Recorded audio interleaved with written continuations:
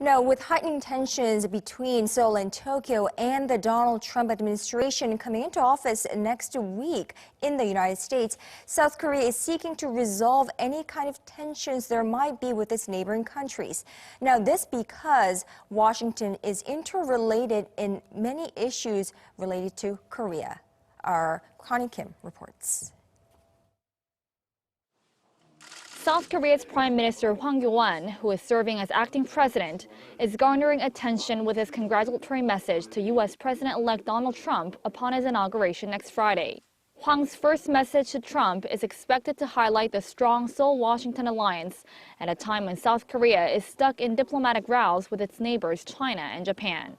The message is speculated to be more than a congratulatory one, stating that South Korea and the U.S. alliance is a linchpin of peace and security of Asia and the Pacific region, calling for close bilateral cooperation. Seoul's move comes as cozy relations with Washington are thought to be crucial in resolving the current tensions with Beijing and Tokyo.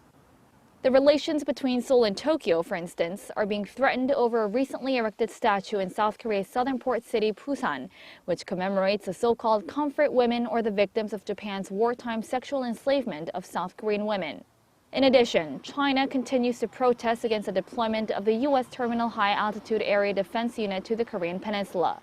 While Seoul's conflict with its neighbors have been mounting, Washington has been emphasizing trilateral cooperation among South Korea, the U.S., and Japan to respond effectively against North Korea's nuclear threats.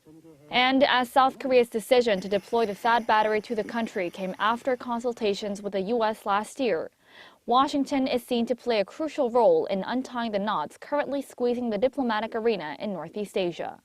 Although the acting president has not yet had any contact with U.S. President-elect Donald Trump himself, Seoul hopes its congratulatory message will open up a new era in relations with Washington.